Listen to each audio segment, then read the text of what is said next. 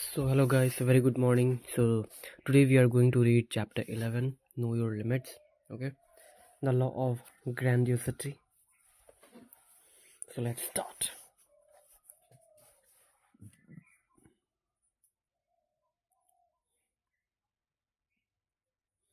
We humans have a deep need to think highly of ourselves.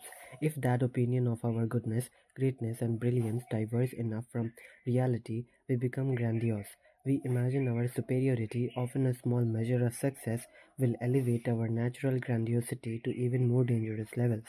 Our high self opinion has now been confirmed by events. We forget the role that luck may have played in their success or the contributions of others. We imagine we have the golden touch, losing contact with reality. We make irrational decisions. That is why our success often does not last. Look for the signs of elevated grandiosity in yourself and in others, overbearing certainty in the positive outcome of your plans, excessive touchiness, or if criticized, a disdain for any form of authority, counteract the pull of grandiosity by maintaining a realistic assessment of yourself and your limits. Tie any feelings of greatness to your work, your achievements, and your ambitions to society. Existence alone had never been enough for him. He had always wanted more. Perhaps it was only from the force of his desires that he had regarded himself as a man to whom more was permitted than to others. Fyodor Dostoevsky, Crime and Punishment. Oh my god, Crime and Punishment, no? I really was thinking, this is in my TBR list. I need to read this. Case to human nature. Let us say that you have a project to realize or an individual or group of people you wish to persuade to do something. You can think of the project or task ahead of you as a block of marble you must sculpt into something precise and beautiful. The block is much larger than you and the material is quite resistant. But the task is not impossible. With enough effort, focus, and resiliency, you can slowly carve it into what you need. You must begin, however, with a proper sense of proportion. Goals are hard to reach, people are resistant, and you have limits to what you can do. With such a realistic attitude, you can summon up the requisite patience and get to work. Imagine, however, that your brain has succumbed to a psychological disease that affects your perception of size and proportion. Instead of seeing the task you are facing as rather large and the material resistant under the influence of this disease, you perceive the block of marble as relatively small and malleable. Losing your sense of proportion, you believe it won't take long to fashion the block into the imagine you have in your mind of the finished product. You imagine that the people you are trying to reach are not naturally resistant but quite predictable. The emphasis is not what you need to do to succeed but on what you feel you deserve. We can call this psychological disease grandiosity. Okay. The emphasis is not on what you need to do to succeed but on what you feel you deserve. So, okay, resistant but quite predictable. As you feel its effects, the normal realistic proportions are reversed. Yourself becomes larger and greater than anything else around it. That is the lens through which you view the task and the people you need to reach. This is not merely narcissism in which everything must revolve around you. It is a feeling of being not merely human but godlike. Your task as a student of human nature is threefold. First, you must understand the phenomenon of grandiosity itself, why it is so embedded in human nature, and why you will find many more grandiose people in the world today than ever before. Second, you need to recognize the signs of grandiosity and know how to manage the people who display them. And third, and the most important, you must see the signs of the disease in yourself and learn not only how to control your grandiose tendencies, but also how to channel this energy into something productive. So basically, what I have learned till now, whatever character traits I have, no matter what it is, it can be jealousy, it can be grandiosity, it can be overthinking, it can be sexual arousals. I have learned one thing from these self-help books that do not uh, okay, I have learned one thing, that you have to learn how to channel this energy into something productive. This is the only thing that I have got. No one ever says in a self-help book that you must, cut it off. You must stop thinking about it or stop doing about it. They all are saying that you have to channel your energy into something productive. Okay, so this is the main thing. Grandiosity has its roots in the earliest years of our life. In our first months, most of us bonded completely with our mother. We came to believe that the breast that gave us food was actually a part of ourselves. We were omnipotent. All we need to do was feel hungry or feel any need, and the mother was there to meet it, as if we had magical powers to control her. But then, slowly, we had to go through a second phase of life in which we were forced to confront the reality. Our mother was a separate being who had other people to attend to. We were not omnipotent but rather weak, quite small, and dependent. This realization was painful and the source of much of our acting out. We had a deep need to assert ourselves, to show we were not so helpless, and to fantasize about powers we did not possess.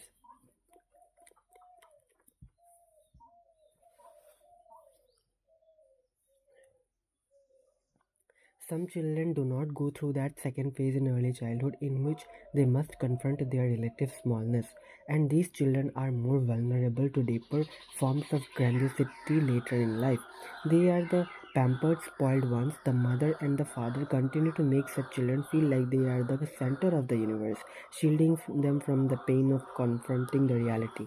The early pampering marks them for life. They need to be adored. They become masters at manipulating others to pamper them and shower them with attention. They naturally feel greater than anyone above them. If they have any talent, they might rise quite far, as their sense of being born with a crown on their head becomes a self-fulfilling prophecy. In the past, we humans were able to channel our grandiose needs into religion. Gods and spirits represented these elemental powers of nature that dwarfed our own. By worshipping them, we could gain their protection, connected to something much larger than ourselves. We felt enlarged many centuries later. In a similar manner, we channeled this energy into worshipping leaders who represented a great cause and promoted a future utopia, such as Napoleon Bonaparte and the French Revolution. Today, in the Western world, religions and great causes have lost their binding power. We find it hard to believe in them and to satisfy our grandiose energy through identification with a great power. The need to feel larger and significant, however, does not simply disappear, it is stronger than ever. And absent any other channels, people will tend to direct this energy toward themselves. Because of this, we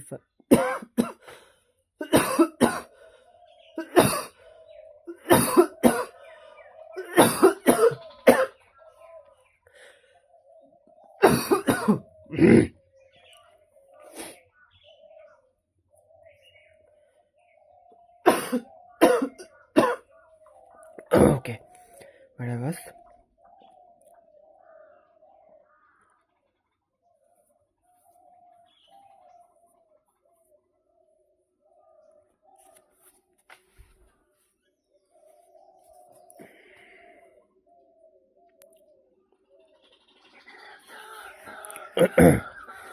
The need to feel larger and significant, however, does not simply disappear. It is stronger than ever. And absent any other channels, people will tend to direct this energy toward themselves. Because of this, we find more and more grandiose individuals among us. Other factors have also contributed to increases in grandiosity. First, we find more people who experienced pampering attention in their childhood than ever in the past.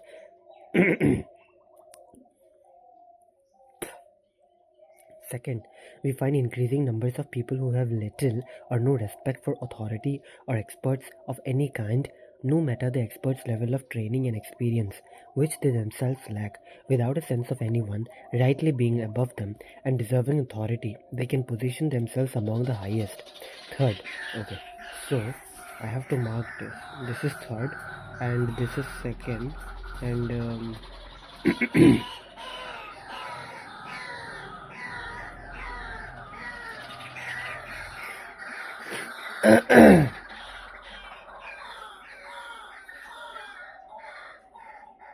okay, so this is the first one.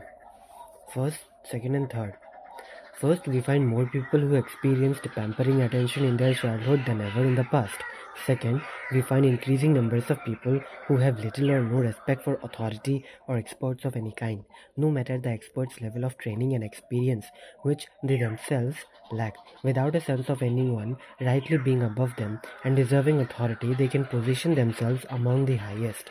Third, technology gives us the impression that everything in life can be as fast and simple as the information we can glean online. It instills the belief that we no longer have to spend years learning a skill. Instead, through a few tricks and with a few hours a week of practice, we can become proficient at anything. But more than anything, it is social media that spreads the grandiosity virus. Through social media, we have almost limitless powers to expand our presence, to create the illusion that we have the attention and even adoration of thousands or millions of people.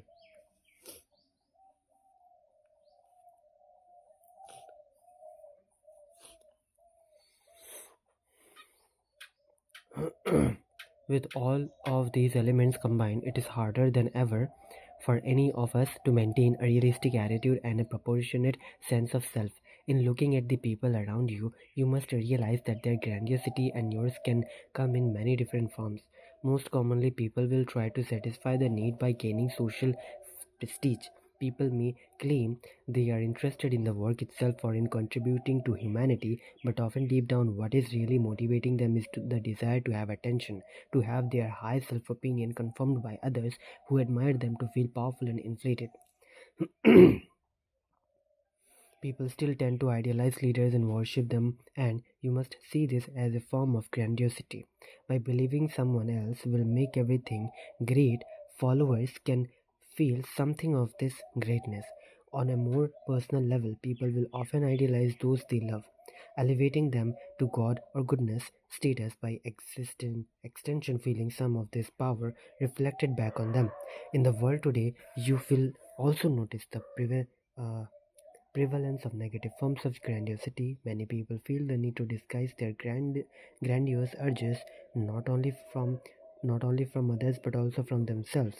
They will frequently make a show of their humility. They are not interested in power or feeling important, or so they say. But you will notice they have a need to display this humility in a public manner. It is grandiose humility, their way to get attention and to feel morally superior.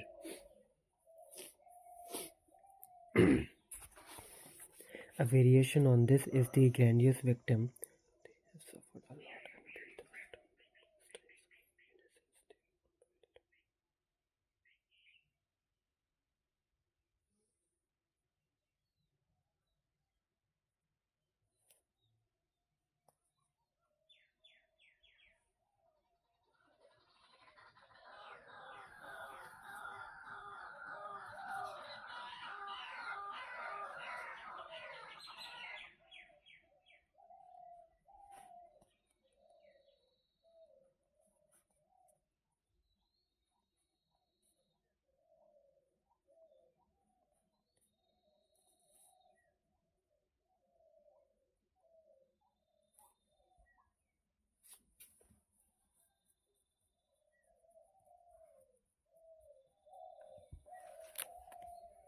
Grandiose people are generally big talkers.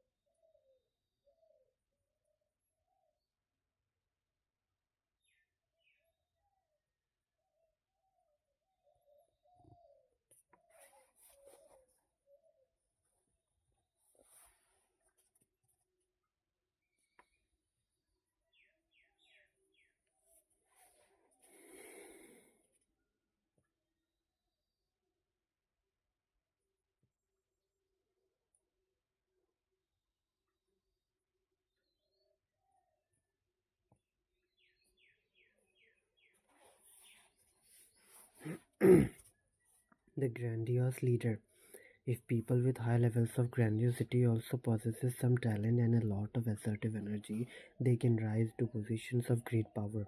Mesmerized by their image, we often fail to see the underlying irrationality in their decision making process and so follow them straight into some disaster. They can be very destructive to awe us and distract us from the reality. They can employ certain theatrical devices. It is imperative for us to see through their stage tricks to demythologize them and scale them back down to human size. The following are six common illusions they like to create. Okay. I am destined.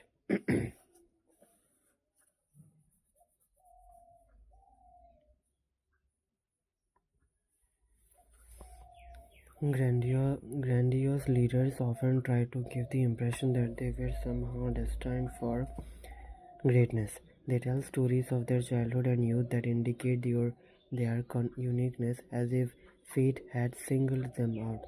They highlight events that showed from early on their unusual toughness or creativity, either making such stories up or reinterpreting the past. The future great leader was already in gestation at a young age, or so they make it seem. When you hear such things, you must become skeptical.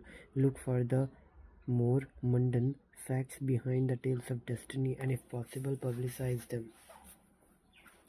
I am the common man woman. In some cases, grandiose leaders may have risen from the lower classes, but in general, they either come from relatively privileged backgrounds or because of their success have lived removed from the cares of everyday people for quite some time. Nevertheless, it is absolutely essential to present themselves to the public as highly representative of the average man and woman out there. Only through such a presentation can they attract the attention and the adoration of large enough numbers to satisfy themselves.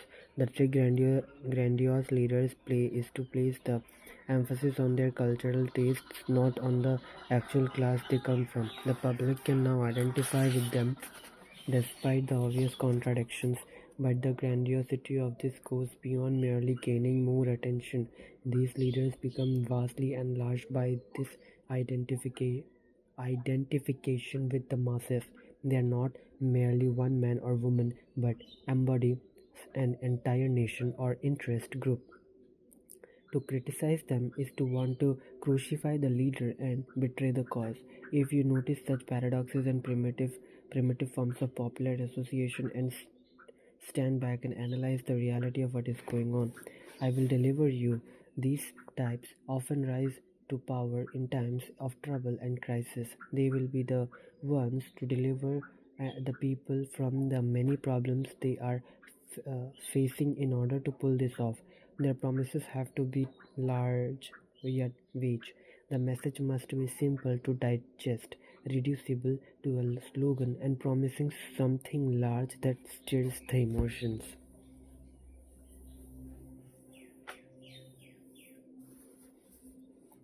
What you will find here is that they are creating a cult more than leading a political movement or a business. You will see that their name, image, and slogans must be reproduced in a large numbers and assume a god like ubiquity. People who now believe in the cult are doubly mesmerized and ready to excuse any kind of action.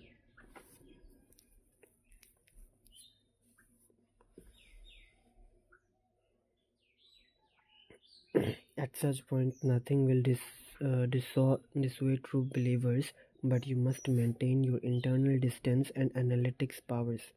I rewrite the rules.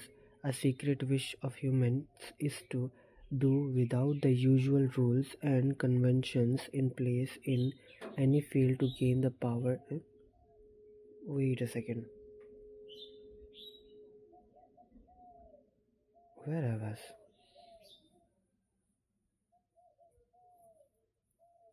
Okay, I rewrite the rules. A secret wish of human is to do without the usual rules and conventions in place when any fail to gain power just by following our own inner light. When grandiose leaders claim to have such powers, we are secretly excited and wish to believe them. As a variation on this, grandiose leaders will often rely on their intuitions, disregarding the need for focus groups or any formal scientific feedback. They like to create the myth that their hunches have led to fantastic success, but close scrutiny will reveal that their hunches miss as miss as often as they hit. When you hear leaders present themselves as the consummate maverick, able to do away with rules and signs, you must see this only as a sign of madness, not divine inspiration. I have the golden touch. Those with heightened grandiosity will try to create the legend that they have never really failed. If there were failures or setbacks in their career, it was always the fault of others who betrayed them. Related to this is the belief that they can easily transfer their skills. This is often a fatal move on their part as they attempt things beyond their expertise and quickly become overwhelmed with the complexity and chaos that come from their lack of experience. In dealing with such types, look carefully at their record and notice how many glaring failures they have had. Although people under the influence of their grandiosity will probably not listen, publicize the truth of their record in as neutral a manner as possible. I am vulnerable. The grandiose leader takes risks, but this boldness is not really.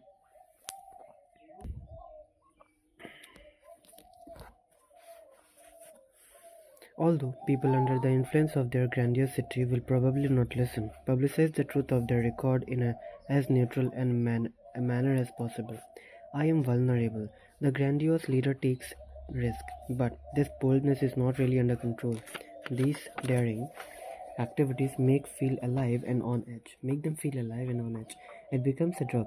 They need bigger stakes and rewards to maintain the feeling of godlike invulnerability. In fact, they are rather invulnerable until that fatal heuristic maneuver in which they finally go too far and it all crashes down. Suddenly, the aura of being invulnerable is shattered. This occurs because their decisions are determined not by rational considerations but by the need for attention and glory, and eventually reality catches up in one hard blow. Practical grandiosity. Grandiosity is a form of primal energy we all possess. Normally, grandiosity makes us imagine we are greater and more superior than is actually the case. We can call this fantastical grandiosity because it is based on our fantasies and the skewed impression we get from any attention we receive. The other form, which we shall call practical grandiosity, is not easy to achieve and does not come if norm naturally to us, but it can be the source of tremendous power and self-fulfillment. Practical grandiosity is based not on fantasy but on reality. The energy is channeled into our work and our desire to achieve our goals, to solve problems, or to improve relationships. Practical grandiosity is based on not on fantasy but on reality. Okay, the energy is channeled into our work and our desire to achieve our goals, to solve problems, or to improve relationships. Although the precise way to channel the energy will depend on your field and skill level, the following are 5 basic principles that are essential for attaining the high level of fulfillment that can come from this reality based from grandiosity. Come to come to terms with your grandiose needs, okay? You need to begin from a position of honesty. You must admit to yourself that you do want to feel important and be the center of attention. Only with this self-awareness can you begin to transform the energy into something practical and productive. Well, to be honest, I don't want to be the center of attention. Okay. Yeah, this is one thing. Concentrate the energy. Fantastical grandiosity will make you flit from one fantas, fantastic idea to another, imagining all the accolades and attention you'll receive but never realizing any of them. You must do the opposite. You want to get into the habit of focusing deeply and completely on a single project or problem. Okay, so the thing is, you must do the opposite. You want to get into the habit of focusing deeply and completely on a single project or problem. You want the goal to be relatively simple to reach, okay, and within a time frame of months, not years, okay. You will want to break this down into many steps and goals along the way. Your objective here is to enter a state of flow in which your mind becomes increasingly absorbed in the work to the point at which ideas come to you at odd hours. This feeling of flow should be pleasurable and addictive.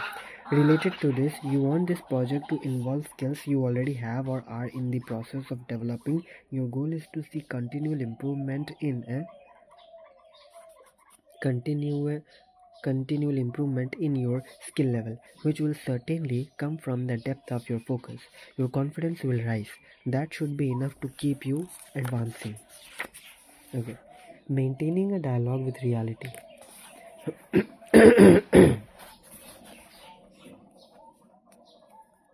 Maintaining a dialogue with reality.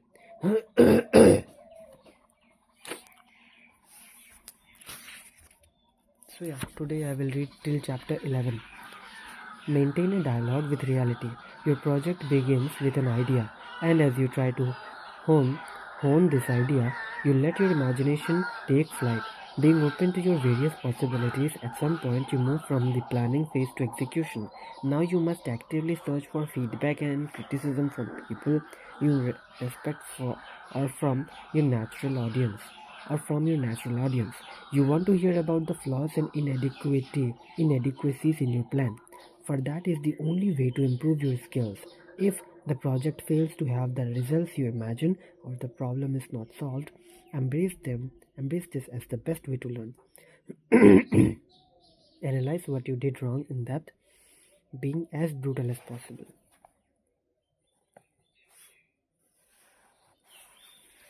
Once you have feedback and have analyzed the results, you then return to this project and or start a new one, letting your imagination loose again but incorporating what you have learned from the experience. By maintaining a continual dialogue between reality, feedback, and your imagination, you will create something practical and powerful. If you have any success with your projects, that is when you must step back from the attention you were receiving. Look at the role that luck may have played or the help you received from others. As you now focus on the next idea, see yourself back at square one.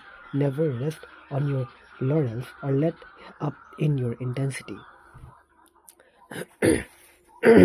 As you now focus on the next idea, see yourself back at square one. Never rest on your laurels or let up in your intensity. Seek out calibrated challenges. Your goal with practical grandiosity is to continually look for challenges just above your skill level. Okay. Your goal with practical grandiosity is to continually look for challenges just above my skill level. If the projects you attempt are below or at your skill level, you will become easily bored or less focused. If they are too ambitious, you will feel crushed by your failure. However, if they are calibrated to be more challenging than the last project but to a moderate degree, you will find yourself excited and energized. Let loose your grandiose energy. Once you have tamed this energy, made it serve your ambitions and goals, you should feel safe to let it loose upon occasion. Think of it as a wild animal that needs to roam free now and then, or it will go mad from relentlessness. What this means is that you occasionally allow yourself to entertain ideas or projects that represent greater challenges than you have considered in the past. You feel increasingly confident and you want to test yourself. Consider developing a new skill in an unrelated field or writing that novel you once considered a distraction from the real work, or simply give freer rein to your imagination when in the planning process.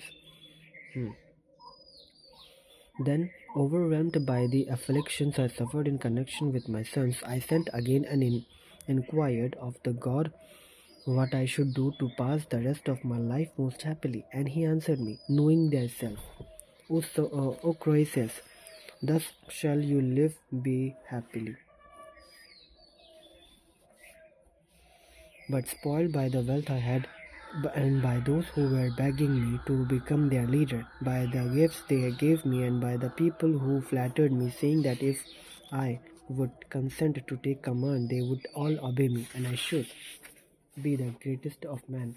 Puffed up by such words, when all the princes round about chose me to be their leader in the war, I accepted the command, deeming myself fit to be the greatest, but as it seems I did not know myself, for I thought I was capable of carrying on war against you. But I was no match for you. Therefore, as I was thus without knowledge, I have my just deserts. I have my just deserts. Xenophon, the education of Cyrus. Okay. So yeah, that's it for today. We will read in the next video from chapter 12. Till then, see ya.